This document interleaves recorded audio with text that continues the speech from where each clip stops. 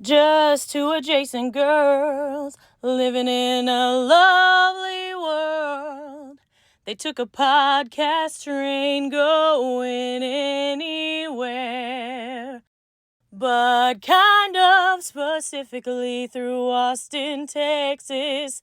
Yeah, hook 'em horns. Adjacent. Very near, next to, or touching. Our tailgate is adjacent to the left field fence. ADJACENT. Adjacent. All right, it's that time at the podcast where it's time to pay the bills. Pay the bills. We are so grateful because we've got some incredible sponsors supporting us this April. Can you believe it? I can. I love it. These are people and businesses we truly love, and we know you will too. First up, our OG, our day one, the Gravy Enterprises home of J.B. Goodwin's A-Team. Adrienne has been a trusted realtor in the Central Texas for over 25 years. And I have to tell you, we've worked with them and the team for the A-Team and Shelly and Adrienne. And oh my gosh, he is honest, straightforward, reliable, and just all around great human. And he's my brother. He is my brother, which, let's be honest, is exactly who you want helping you to buy and sell a home. So if you're thinking about making a move in Central Texas, call Adrienne, text Adrienne, just get Adrienne and Bob. He's your guy. That's our first number one sponsor. Sponsor number two, Cornucopia Popcorn. It's our flavor experts, Nadia and Mike from Cornucopia Popcorn.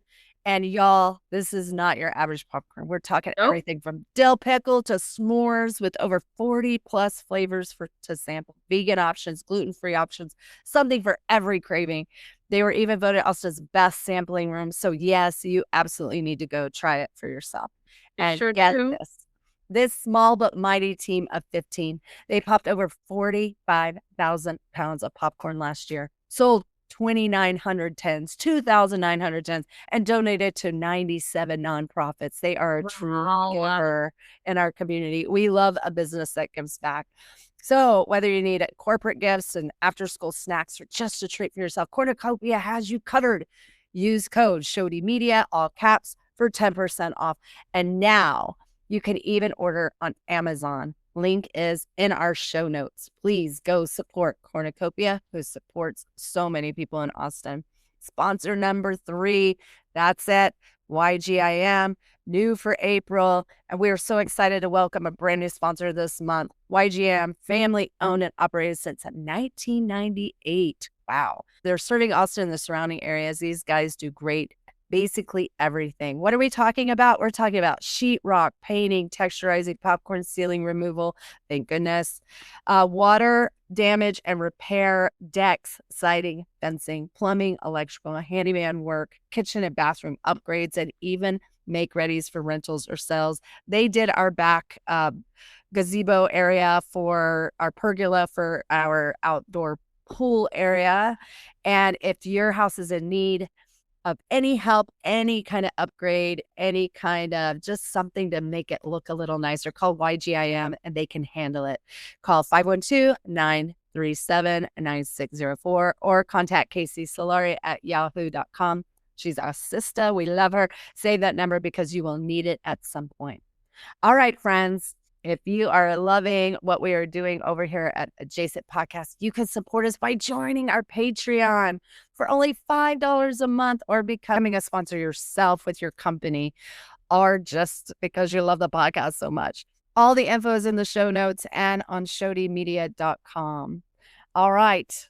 What do you think, Shelly? Do you think we're going to get to pay all the bills and keep the lights on? Let's keep the lights on.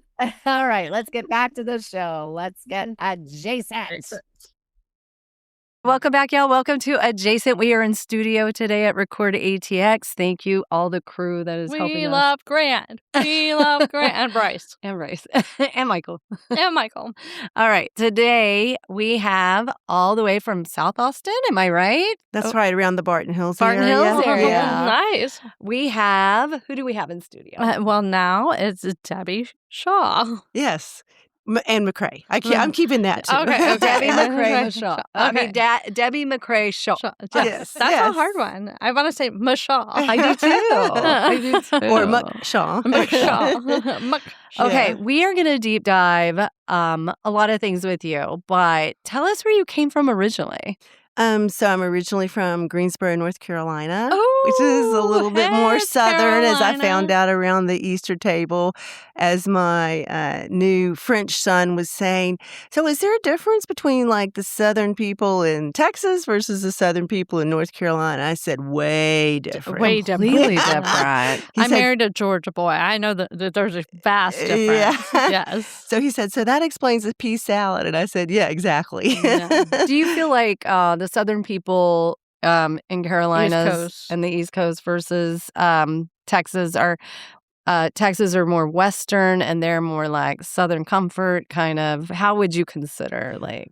I mean, well, I've always heard the main thing that distinguishes it is like the barbecue, and definitely like the barbecue sauce. Definite we like difference. ours in the Carolinas a little bit more in the vinegar side. Yes. So, yeah. Okay, and we're dry rubby. Yeah. Okay. Exactly. Okay. But it's all good. It's all good. It's delicious. Yeah. In the Carolinas, there's a sweetness Mhm. sometimes to it. Mhm. Where here, it's dry more. rub. I feel like it has a little spice. Spice. Yeah. Okay, got it.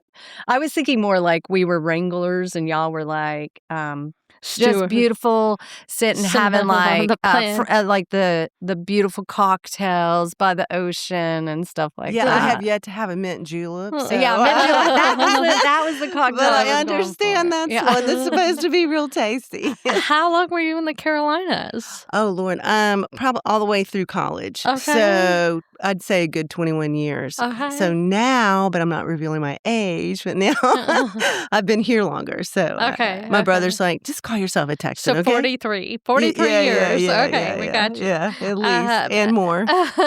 What your family, are they still in the Carolinas? So my mother was from Bay City, Texas. Oh, okay. And we have a whole slew of cousins, and relatives, et cetera, that populated through the state of Texas. And Bay City's in East Texas. It's near, Matagorda Bay. Oh, Matagorda Bay, so Yeah, beautiful, with it the biggest is. mosquitoes you'll ever find. Yeah, yeah. I love And that's that. not so beautiful. Yeah, but the fishing is fantastic. Yeah. Good fishing. It is. Yeah. It's great fishing. It's Don't say that too beautiful. loud. My husband will be like, okay, we're going tomorrow. No, it's beautiful. It is great fishing, and it's one of the deltas in Texas. It's one of the big deltas. Okay. And so, yeah. All right. Nice. So you grew up over in the Carolinas, and tell us like how many siblings do you have? Tell us about your parents. Let's see. So, well, of course, both of them are deceased. Mhm. And So you're an orphan. Welcome to the club. Yeah, Mhm. exactly. Sorry about that. And that reveals a little bit of my age now.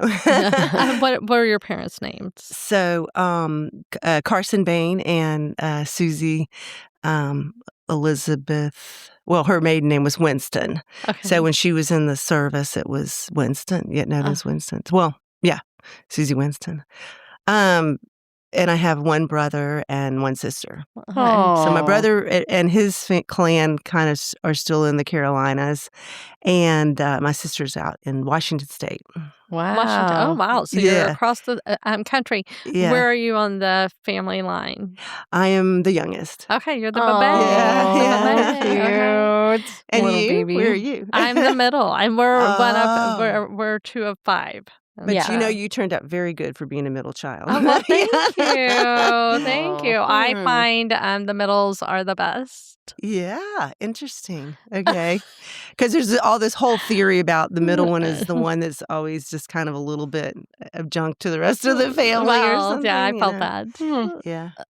We had two older siblings and then a space, and then so some would say I'm the oldest of the bottom three, Okay. Yeah. and Jody's She actually kind the of middle. So splits nobody. personalities between oldest and middle, so it's fine. It's fine. We were so connected, it didn't matter.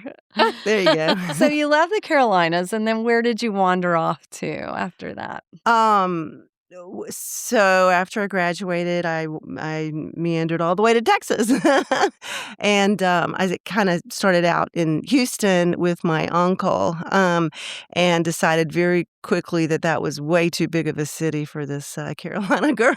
I get it. People don't even stop on the highway. No. So it's like your car could be on fire. And I learned really quickly during a very important job interview with a law firm that feeder road was not actually a road, that it meant a road that fed into another road. Right. So I was a wee bit late for an interview one day because I was looking for feeder road. But they thought it was just so hilarious. They hired me anyway. So You're looking on and we had to look on a map. Yeah, we had to look on a map. Yeah, and paper maps. You're having to find the it's like quadrant. it's not on the map. and there might have been like a feeder road in the rural area. Probably, yeah. But it Not was in like, inner city. Not in yeah. inner city. Wow. That's so cute. Oh, my So where did you go to land. college? So went to college we used to call it the Go For It College, but it was a Guilford College in Greensboro. It was a Quaker-oriented Oh, really? school, small, Fascinating. and it's nice. And then you came to Austin. You said or Houston. You said you went and worked at a law firm. In what capacity? No, this is too funny of a story. Oh, So, please. when you get your degree, you think, oh, you're going to get the company car and you get a little bit of extra cash to, go out to a nice dinner every once in a while and all this kind of good stuff. And well, was not my fate. So he opened up this door and I'm like, this looks like a dungeon. I'm pretty sure he doesn't mean this. And he goes, no, keep walking. I'm like, I don't think this is really safe. And he puts me into this room that has like all these like law books and everything. And he's like, now you're going to open this page and you're going to file all this. I'm like, I'm a filing clerk? Oh, my I gosh. was like, I have a big degree. I don't need to be a filing clerk. So anyway, that's what I did. And I mean, these things were monstrous, because of all how the law changes. And it was one of those, the children today probably don't even know what it is. Accordion A three-ring bounder. No, the one that really takes a lot of strength to open, flip it, and close. And I thought, well, this is probably not going to be my future career for too long. But it was a good start, you know. Yeah. So did you start out, other than being a file clerk, did you have your degree in law? No, not at all. Just English. But I assumed and was coached kind of by other people that working for a law firm would be a good place to start. Agreed. You know? Agreed. So, yeah. How long were you at that law firm? Not very long. I think maybe a year or something like that. What'd you do after that? Well, like I said, I realized quickly that living in Houston was not going to be good, just what do they call it? It wasn't a good energy at all, and the vibrations were bad. Exactly. So my mother at the time was building a house in Austin, and I really didn't know very much about it other than it was the capital and kind of a cool place to go. And so I thought, well, I'll give that a shot since I'm in Texas. I might as well experiment, and plus, to be with her and everything was great. And so it was awesome because driving into Austin, I realized I could take my foot off of the pedal and just kind of coast my way. The back roads, and I'm like, okay, now this is great. Your thumb out. You're good. It's really chill back. Yeah. Oh, wow. What year was this? Oh, good heavens.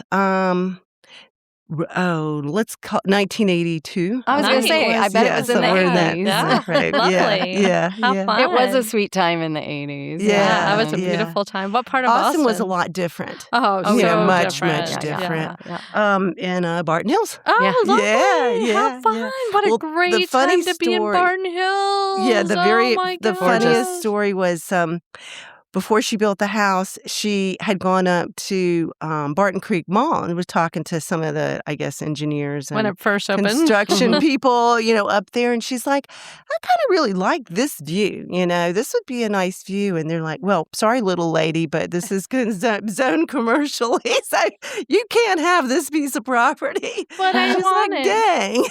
Shucks. So we climbed down the hill a little bit. Yeah. That's nice. I do love the Barton Hills area. Beautiful. Well, y'all grew up in Zilker, right? Or no, we grew up South Austin, but I taught at Zilker for 30 years. Zilker Elementary, but right next to Barton Hills. Got it. I get it. Yes. I love that area. Yeah. It's really sweet. We were. Well, she was definitely a major factor in Zilker for 30 years. No, I wasn't a major factor, but I definitely love the neighborhood, and I love Barton Hills neighborhood. It's like a sweet, quiet little area. It is. I mean, it used to be like a music town, like they call it like the bedroom community, right? It's not so much anymore, but it's still a great neighborhood, and a lot of the older people that have been there for a long time. But the younger people would like to just kind of push us out the back door if they could, I think sometimes, Yeah. So you have all these houses, right, that are just some are very, kind of authentic and eclectic and all that. And then right beside will be brand new modern house. With I don't think they have a neighborhood association there. I think you have to. No, I mean, they have a neighborhood association, but it's not one of those HOA. No, it's not an HOA. Yeah, which is nice. Barton Hills Neighborhood Association, and it's wonderful. And the people are wonderful. The people are lovely. Yeah. So, are you living in your mom's original house, or did you? Yes, I am. How lovely! Yes, so that worked out really well. Yeah. Oh my gosh, how fun! So Shelly told me that you're newly married. Is that right? Yes. Okay, tell us about your meetup, your meet cute. Oh Lord, I want to know everything. Well, I guess you could call it unofficial meetup, but I have a friend of mine that has a birthday that's right before mine, and so we kind of celebrate a lot of times joint birthdays. Yeah. And I was just getting ready to close mine, and and he comes walking, and there's multiple stories about how we officially met, because one of my friends claims, credit for the fact that he asked her to dance first, and then that she turned him down. But he's like, I don't know that woman, no. So there's a funny story about that. Yeah. But the fact of the matter is we just went on the dance floor. And what dance floor? Well, it's no longer there anymore. And it was like it was a Cheers bar for so many of us that live in South Austin, Baker Street. Oh, Baker Street. We love Baker Street. Everybody loved Baker Street. And before that, it was Alligator Grill. Coco's. Now Coco's. Which is not bad. I mean, you like sports. It's a great sports bar, but it's just not the same thing. No dance floor, and no band. No darts. No darts. No pool. No pool. No pool. That's the sad. We used to have all kinds of little fun birthdays and I love the back Baker of the room with Well, the we're pool dying to know. tables. Do you know the Wagners, Steve and Deborah? Well, he played darts there. Yeah, he was a regular. I guess I didn't. He's had to shift gears and move somewhere else to play darts because Baker Street's gone. They were Alligator Grill and Baker Street. But I and wonder what it was before then. Oh, yeah, the Alligator Grill. Wasn't it? That's right. You could get the, I love Alligator Grill. Alligator Grill. Yeah, Baker So Street. good. I like the food from Baker Street. It was very English pub. It was very English pub. Yeah, it was so fun. So y'all met at Baker Street. Just a fun dance place. So we met there, and after dancing, somehow he just randomly said, I have a boat. And I said, that's great because, I like to fly fish. I had absolutely no idea what I was talking about other than just going fly fishing like maybe one time with my dad back in the day, but it seemed like a good thing to say. Yeah. So he's like, hook, line, and sinker, am I right? Love it. He's like, maybe we should go fishing together. So I can't tell too much more fishing stories because he's like, do not tell them that you caught a bigger fish than me. We'll edit it out. No, we won't. Yeah. No, we won't. Keep it in. It's kind of hard. It's really hard though when you grow up with a father that's a fisherman. Fish were to him like plants are to me and my mom as well. And he just could literally get on the boat and talk to him, and he'd hook a big one all the time, or 10. And I told my husband the first time that we went fishing, we weren't husband and wife, we were just dating. And he says, this is catch and release here in Texas, And I said, well, good thing my father's not alive because he'd throw your in the water. You were throwing a fish back in the water. You're not allowed to do that in the Carolinas. Oh, nice. you keep what you catch there. Well, and I'm not a fisher person. However, I do love to watch people fly fish. It's very sexy to you. Correct me if I'm wrong. You can't fly fish from a boat, correct? Yes. You can if it's a flat boat at the front, then you can do it. Okay. You have to turn your motor off, obviously.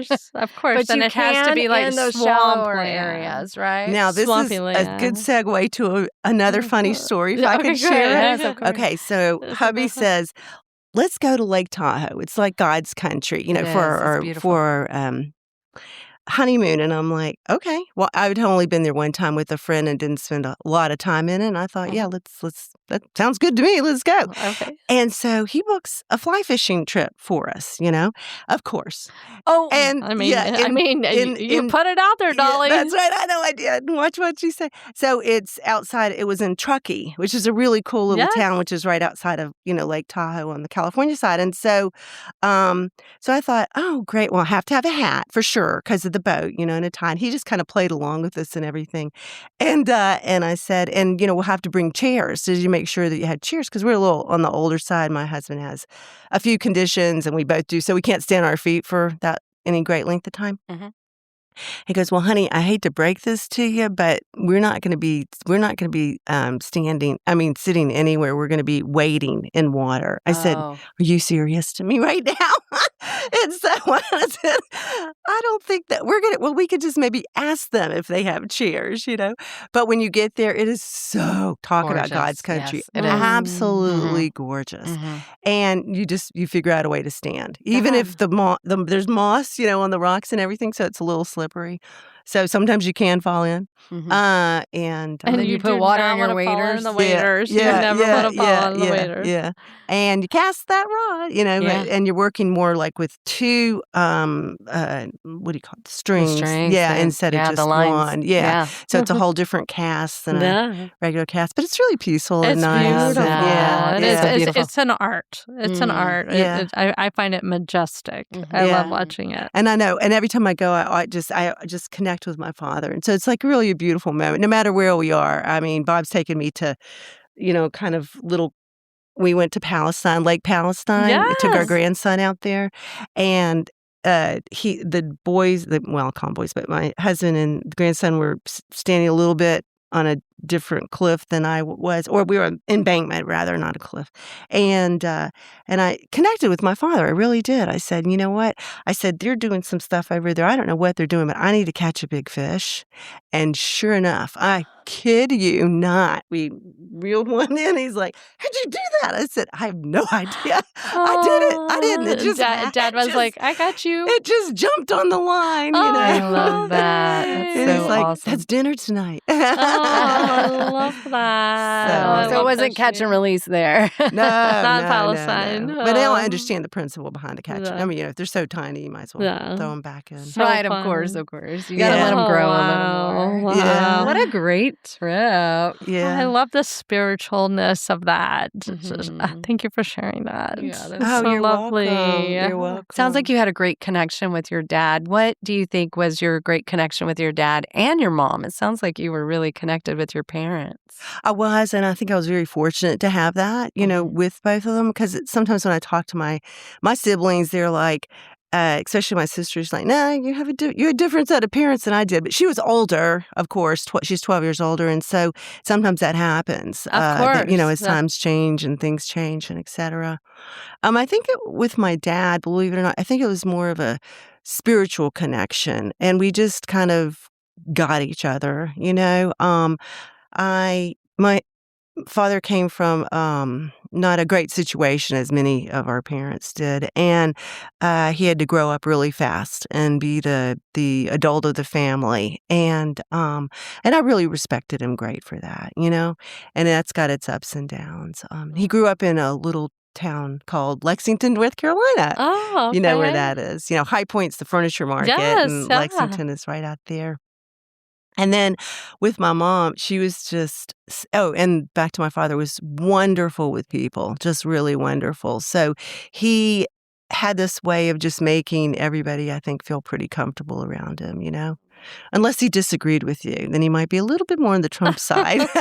Sorry, President Trump. It is what it is. Yeah, it is what it is. Yeah. So then my mom, she's just kind of like a magical butterfly. It's hard really to talk about her. Even I had a dream about her last night before coming here, but it's she was just such a beautiful spirit in many ways. You know, you could definitely call them, I think, polarized opposites. So as soon as I got old enough to try to figure both of them out, I'm like, you guys supposed to be married or what? No. And again, I'm kidding, but but they had an understanding and love for each other. He really loved her dearly. And my mom was the same way. She's like, you only love one time and that's it. And that's just how she felt, And so she kind of ingrained that. And she was a very spiritual woman as well, too, but not like a proselyte. She wouldn't go around or evangelist type person. She just, lived her life in that way, I think, and always wanted the best for everybody. And so I had, I think, both of those instilled in me, which was some good qualities to have. Yeah. Debby, do you believe that you only love one time in your life? Well, that's a hard one. I mean, I believe that she believed that. I think that there's probably certain circumstances that wouldn't, but I also think that when you find someone that's right, like I feel like I have with my Bob. Hi, honey. It's so incredibly special that, you work together. You have to learn to work together and accept the differences and definitely challenges. And we've had a few of those coming our way. But it's a matter of, I heard the saying one time, don't ever go to bed angry, and I love it. And we just try very hard to practice that philosophy, because it's natural. You're always, just living with somebody is just tedious enough, let alone especially after raising kids and doing everything that you've done, that just sharing a space with somebody again, it's like it's a whole new world. It's a whole new world. You can love more than once in your life, but some of your loves are your activities that you love to do. So I hear that you love to play tennis. Is that right? I do. Yeah. Where do you like to play tennis? Where do I like to play tennis? Yeah. Well, I've played some at, I think they call it Ripner. I've played some out there. Some used to be the Polo Club, but now it's oh my God, what is it? Dripping Springs Racket Club. Yeah. And because they have, pickleball out there too. So pickleball kind of came into the picture and took all the tennis courts away to a large extent. But they do out there at the Polo Club or the Dripping Springs Racket Club. They do a good job of blending it, and then they also have padel out there. So they have like 3 different sports.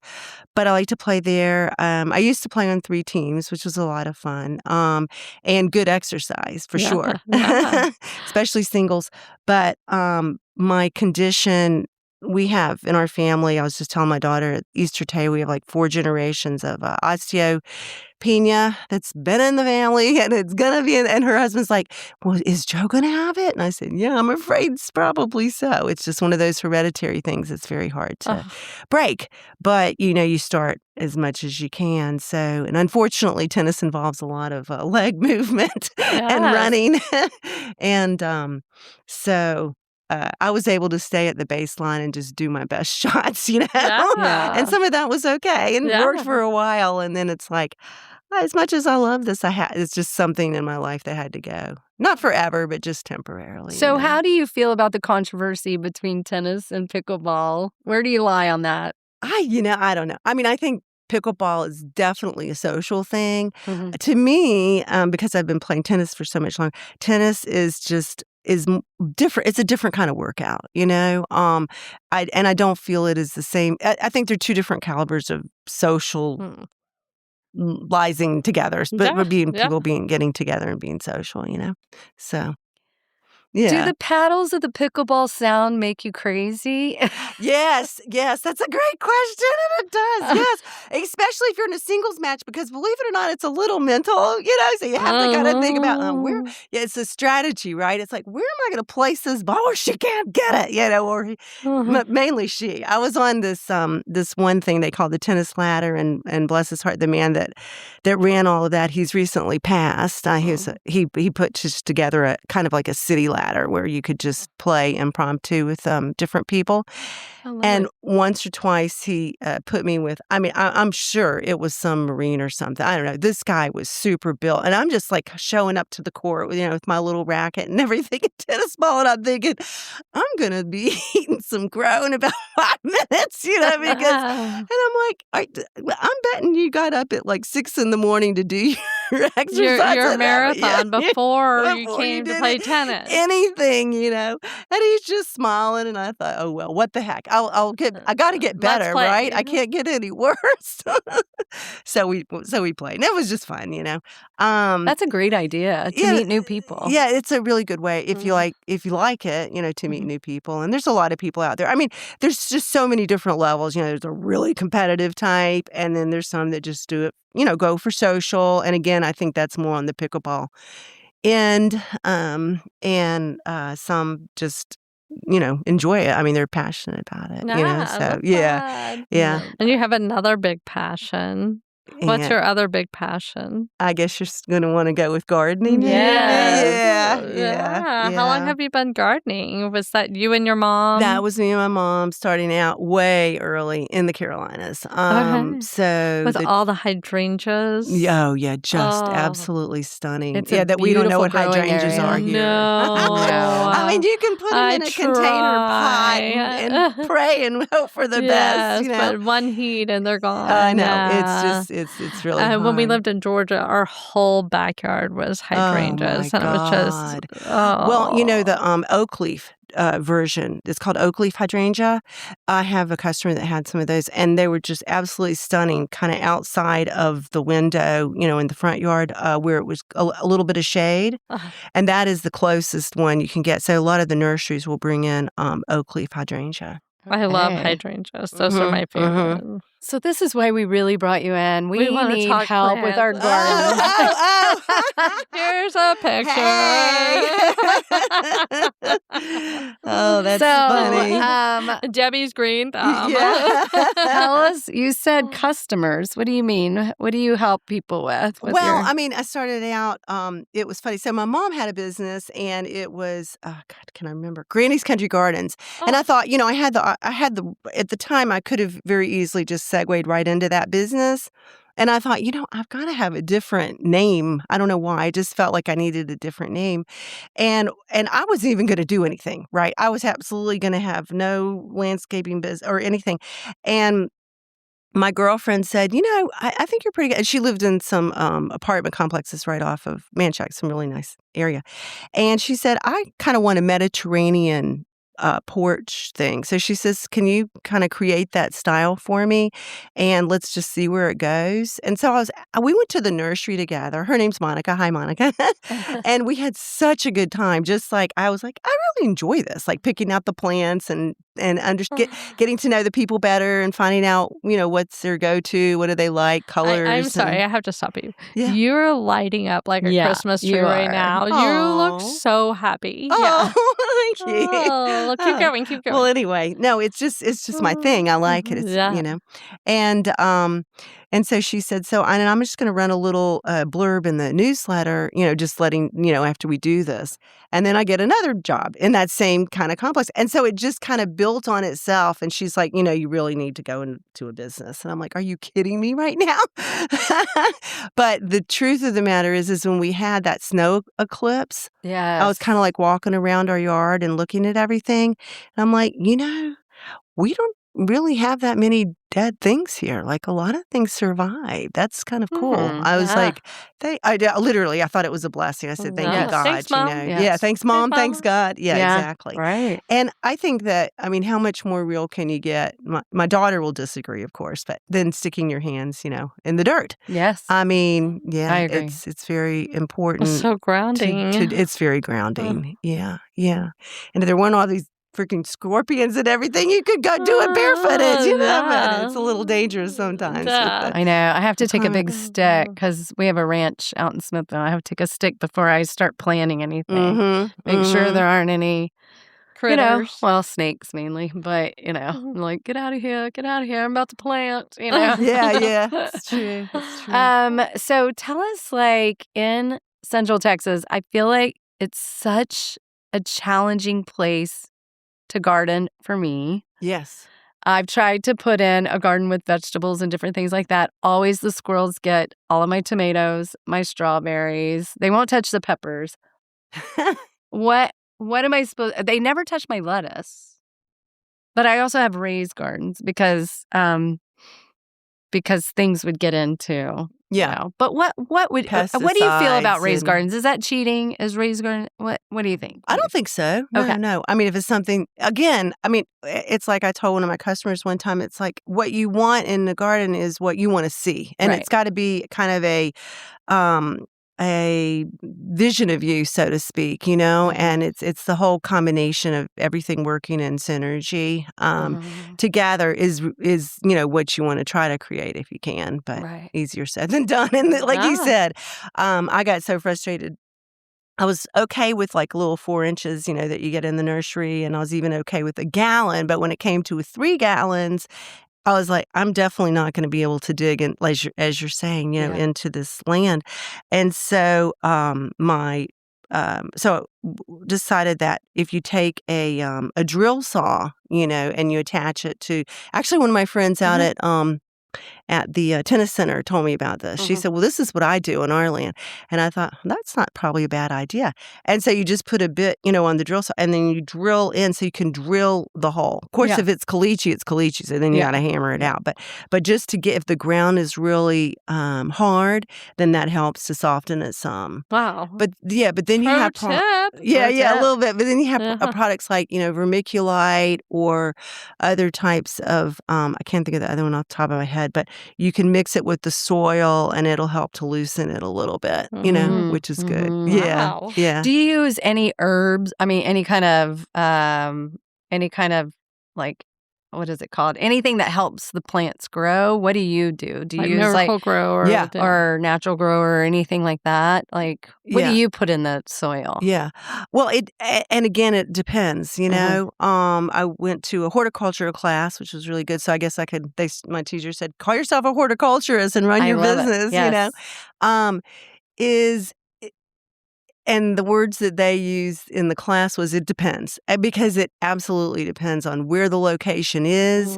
You can send what's called a soil sample to Texas A&M Agricultural, and they will analyze your soil and let you know that that's probably not a good place to plant in, or you have to what they call mend the soil, so treat it so you can get into a better situation.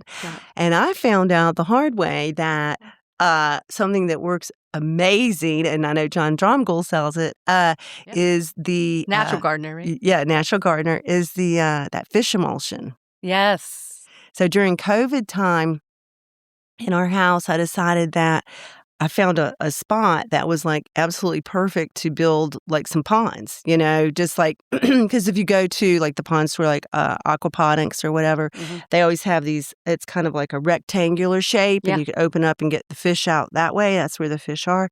I thought, well, why not we just create it here? Nothing better else to do. So we have the land, and it's everything's fine. I don't need a permit to do this. I shouldn't say that too loud. But anyway, and so we just dove it, and I had at the time one of my daughter's boyfriends helping, and he's like, and I was Miss McCray, not Shaw, and he's like, Miss McCray, I feel like I'm digging my coffin. What are we doing out here? You are. You mess with my daughter, and you sure are. It's hot, and I'm slaving over this thing. But at the time, it was just a bunch of a plant called Nandina, and I not a big fan of Andinas. I appreciate that people like that, but over in China, it's like it's forbidden. You're not supposed to use, or even plant. Is it too invasive? It's invasive. It absolutely is invasive. And it does change colors, in the winter, so it picks up some of the burgundies and greens and some browns. I know this plant. Yeah, but it's and again, it's a really good border plant for some, but it just can just completely take over.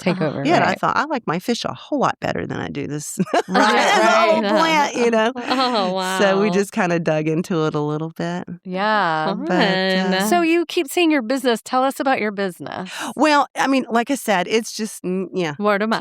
Just word of mouth, and it's also just consulting really right now, because as much as I do love to get get down and dirty, as they say, it's challenging for me because of some of my health conditions at the moment. But I'm trying to remedy those too, so I can get better. So I can do some, I just can't lift heavy bags of, mulch and stuff like that over my head. It's called contract out.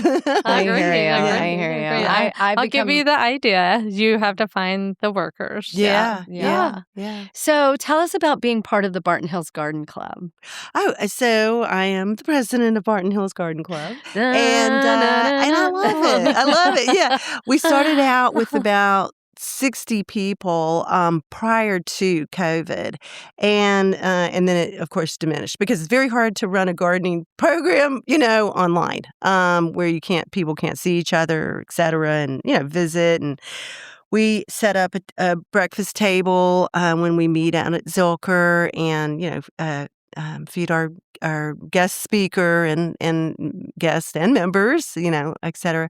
And it's just been real interesting. I love it because I've had an opportunity to go out and, as you say, Shelly, meet some people in the community that are also passionate about gardening and learn a lot. Like our next upcoming speaker is going to be talking about bees and, population and and I'm like, please bring some honey. Yes. But she's real sweet. I haven't met her. We have just been kind of going back and forth, online, but I think she'll be a really good Very speaker. exciting. Yeah. We don't talk enough about bees.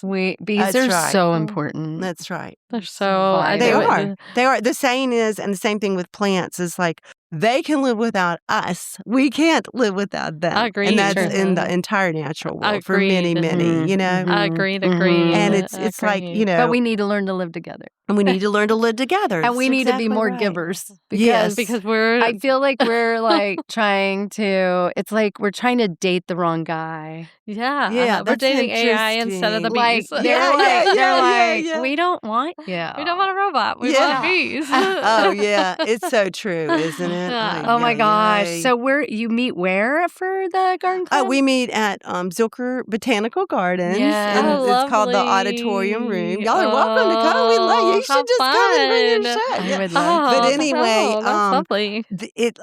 The whole thing started out in the 50s, and it was just a social club, just a lot of people that were living in Barton Hills, and it was the prestigious club. So we've kind of put a little bit of more of a natural tone on it, but it's still a lot of the same members. Like one of my neighbors has been in it for 40 years, and I'm like, fun. I don't know. Ask her. She's the expert. Yes. And if you haven't been to Zilker Botanical Gardens, it's just beautiful. It's They just got finished doing a thing called Dinosaur Days for the kids. It's just one of those fabulous family places. And it's in the gorgeous. Heart of Austin. It is. It's in the heart. If you're coming for a trip or whatever, you have to stop there. It's right next to Zilker Park. It's so convenient. Yes. And it's stunning. It is. It's so They've stunning. done such a beautiful job always. I like to go there to figure out what plants I need to put out because I feel like I try so hard I want to get natural natives. Yeah. So I'm just like, please. I always look at everybody's yards. I'm such a Kravitz. I look at everybody's yard, like what's growing over there? How much sun is it getting? I bet how much water does it need? I don't want to use a lot of water. And see, that's the key thing. I have some friends that live up in Pflugerville, and we were at a dinner party the other evening, and she's like, hi, Anita. Anyway, and she's like, Can't have love plants. it. I love plants. Please say hi to your I whole know, squad. yeah. I love it. No, anyway. But she's just like, I can't do it. We're in a water shortage right now, and you can't. That's one thing, you absolutely cannot have plants without water. You know, especially in Texas heat. And I think you learn that. So, like in the Carolinas, it's way different. Like you were saying, Shelly. So the humidity alone is enough water to. I know it. The hydrangeas and the foxgloves are gorgeous. And I just found out the other day that, and this would be a hi to Trish, my son's girlfriend, she said, that's my favorite plant. And I'm like, you're kidding me. So, you never know.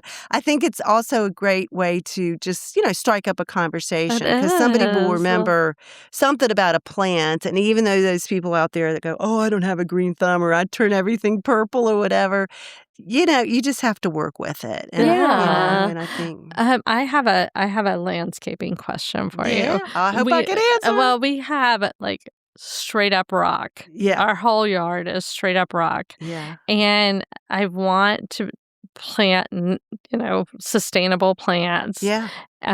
So we don't have to mow. Oh, yeah.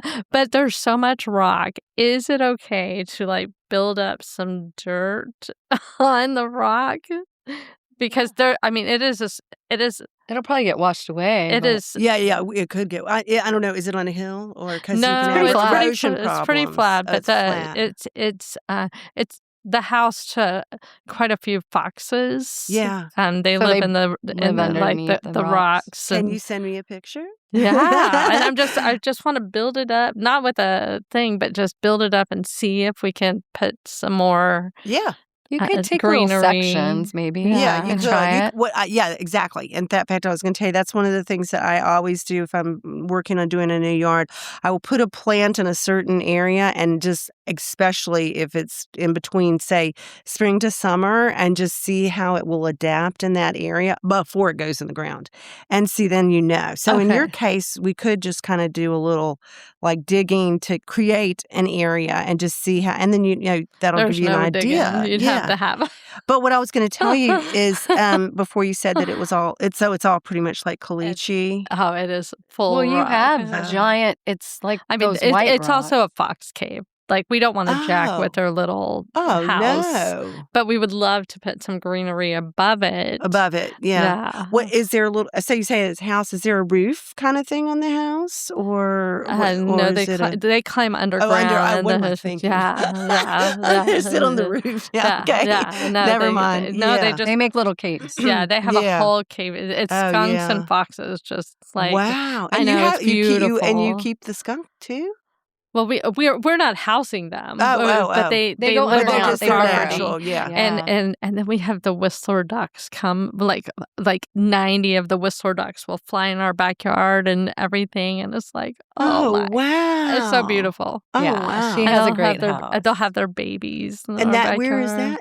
It's in South in Oak Hill. Oh, in Oak Hill. Okay, yeah. So that kind of rock that you see on the cliff is basically her backyard. Exactly. What you see on the green belt. That's our whole backyard. I mean, that's our whole property. But it's not like a solid slab. It's not solid, but it's. She's gonna send you a pic. Yeah. Okay. Yeah. Definitely. Because you're gonna be like, huh? Yeah. You should. What one of our friends has started doing. He has like a bobcat, and he grabs the rocks, he moves them, and then he puts little cacti and different things like that. But it's so much work. Yeah, so much work. I mean, you see him like really working away on it. It's our house. Yeah, that's our thing. I think don't you're want good. to do that. Yeah. Well, and again, we can read just about do a it, and ground you cover. look, and you don't want to destroy their natural habitat, but you can work around it. Agreed. Somehow maybe. So I think you have to just throw like a seed that like kind of grows. Well, I was going to say, the city of Austin is running a program. I think they're still running it. Cover crop, and so like if you have so much impervious cover, and you don't want to deal with grass, this is a different situation than yours, Shelly. But you don't want to deal with grass, then you can go to cover crop. And so there's a lot of cover, like that's a good idea. Frog fruit and what am I thinking of? I think, is it not ginger? I love that. Yeah. And you can do that instead of having to mow. If you create that. Because you don't want the erosion and you want correct. to keep the soil like intact as much as possible. Wow. Dirt is so important. How much time have you spent on just talking about dirt in your life? How important is dirt?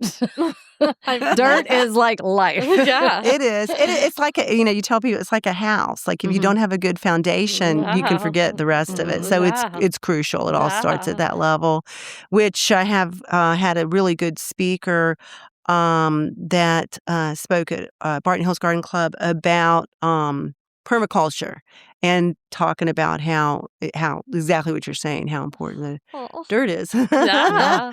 So I love it is. it. Yeah. I yeah. love Okay, I'm going to it. shift gears with you. So Okay. you have been living in Austin for a number of years, since the 80s. Where, other than our sad place, Baker Street, that closed, but where are your haunts? Where do you love to go and get out and do Where are you things? dancing now? Yeah. Good question. Well, we had the great fortune. We went to Beto's fundraiser out at I think it's Buck's backyard. Oh, yeah. And that was our friends own that place. Yeah. Oh, you're kidding Yeah. me. Oh, we had a great time. It's a we great place. really did. Yeah, the I'm like, oddies. that's those lonely boys. Oh, yeah. Oh, I feel like it's old South Zilker Austin, Yeah. moved Zilker down, neighborhood. Yeah. moved Yeah. down to Down to Buda. Yeah. Yeah. So we met up with some friends and did that. So it's just, and we've gone to, because our grandson likes after church, we take him to Moon Tower. Oh, yeah. So he really Moon likes Tower. that a lot. Mhm. And there's a band there, PJ. Well, it's like they used to call it hippie church back in Right. the day. Nice. But Yeah, I love yeah, that. and he has a band and he just plays the songs, but he ties Little them gospel. I into. love it. Yeah, I a little love bit it. different than the choir, but the choir's awesome too. Yeah, That's great. How fun. So, And where do you yeah. like to eat? What's your favorite food in Austin? Out of your garden? Oh, Do you wow. eat out Okay, of- y'all listening? I love red ash. Oh, yeah. And what people will say is it's so hard to get, in It there. is. Do you have It's it like, inside? I don't know how it started, but they're like, ask Debbie, she'll get a reservation, But I think you just have to be kind of flexible and, with the hours and, Yeah. you're not going to probably get in there for a 6. I'm okay at 4. Yeah. I'm okay yeah. at 4. I just don't want to eat at 10. Yeah. I And now agree, my I agree. daughter and her hubby, they live like kind of down in that area, and it's like, oh no, she's too close to the restaurant, Oh, I But love it. yeah, Red yeah. ash is amazing. Red And then ash on the was on our flip March side- Madness. Yeah, isn't it fabulous? I know, Mhm. So I good. know. It's just so cool. Have you tried Moderna? I have to ask. You have gotta to try go. Moderna. I have not. It's a new Italian place. No, where is that? No. I mean, you can It's walk over straight by in. 6th and Mopac. It's where Cover 3 used to be, like in that. Fifth You're Street. kidding. Fantastic. It's 6. Fantastic. Oh, good. Yeah. Oh, that West sounds Six. good. Yeah. Now I'm hungry. know. It's so good, and let us know, and we will. Yeah, text me. We will hook and, you up. Yeah. Oh, right. Are Yeah. they one of y'all's sponsors? They're one of our good friends. Oh, Yes, okay. yes, Oh, nice. yes. Nice. Anyway, but you were nice. going to say on the flip side. Well, I was going to say on the flip side, I married a steak and potatoes guy. Right? And so the other day, I was, he's the kind that wants to sit on the porch and read the newspaper, but I'm like, honey, well, they don't really do newspapers too much anymore. He goes, I know, I miss those days. But anyway, and I told him, but on the internet, flipped on the phone, and I said, your favorite restaurant, Bartlett's. Is moving into Threadgill's place. He's like, you're kidding me. I know. And he was like so excited. And I said, but you have to wait till 2028. I know. So it's not right away. But Unfortunate. anyway. But he loves Bartlett. Like, don't we my miss Threadgill? God, though? yes. Oh, yeah. Yeah. I do miss But, Threadgill's. we have to ask, do you know a really good chicken fried steak? This is really funny. Ready for this? Yeah, we're doing a challenge. Is the Broken Spoke. Yes, I love the broken has spokes. a excellent chicken fried steak, and it's It's on the- reasonably priced. It is. It is. Yeah. And It's one of my favorites, actually. And a lot of times you get live music while you're there. Yeah. It's Exactly, so fantastic. exactly. And then you could go dance a Agreed. little. And then you can go dance a little. You can dance off the calories. Yeah. Just- That's it. Shake Huh? it. Debbie, this has been such a great Look at you. Our time's up. I know. I mean, can you believe it? Yeah. It's so fun. Will you come back? We can even do virtual little ideas on gardening and things like that with this Texas heat about to hit us. Like, oh, you bet. I'd love to. And I'm happy to help you, anytime. So just, if you'll send me the picture, we can start looking. And that'll be a chore for me. I've dealt with armadillos a lot. I had 2 different Steves that each had armadillos. And I'm like, I have no idea what to do with these things. She has some armadillos at her house. They may have passed away. There was... I think we had a den under our house, and I've been waiting for them to leave, and then I smelled a smell, and I was like, I think they may have passed away, unfortunately, or move. You can't shoot them. I didn't want to shoot them. I didn't want to hurt them. They were digging up my entire, all my plants and everything. And I was like, come on, guys, we can commingle here. But I think they've either moved on or maybe one of them passed away. Or moved on. Or moved on to heaven. I don't know. Yeah. But yeah. Yeah. All right. Wait. Thank you, Debbie, for coming and Texas. Yeehaw.